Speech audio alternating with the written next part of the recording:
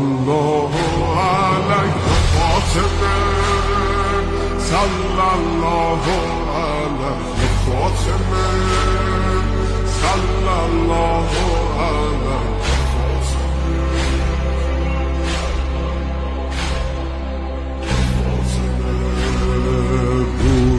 لبها نور و قدر و کوثر و طاها، ذکر نورانی عاشقها، تسبیحات حضرت زهرا.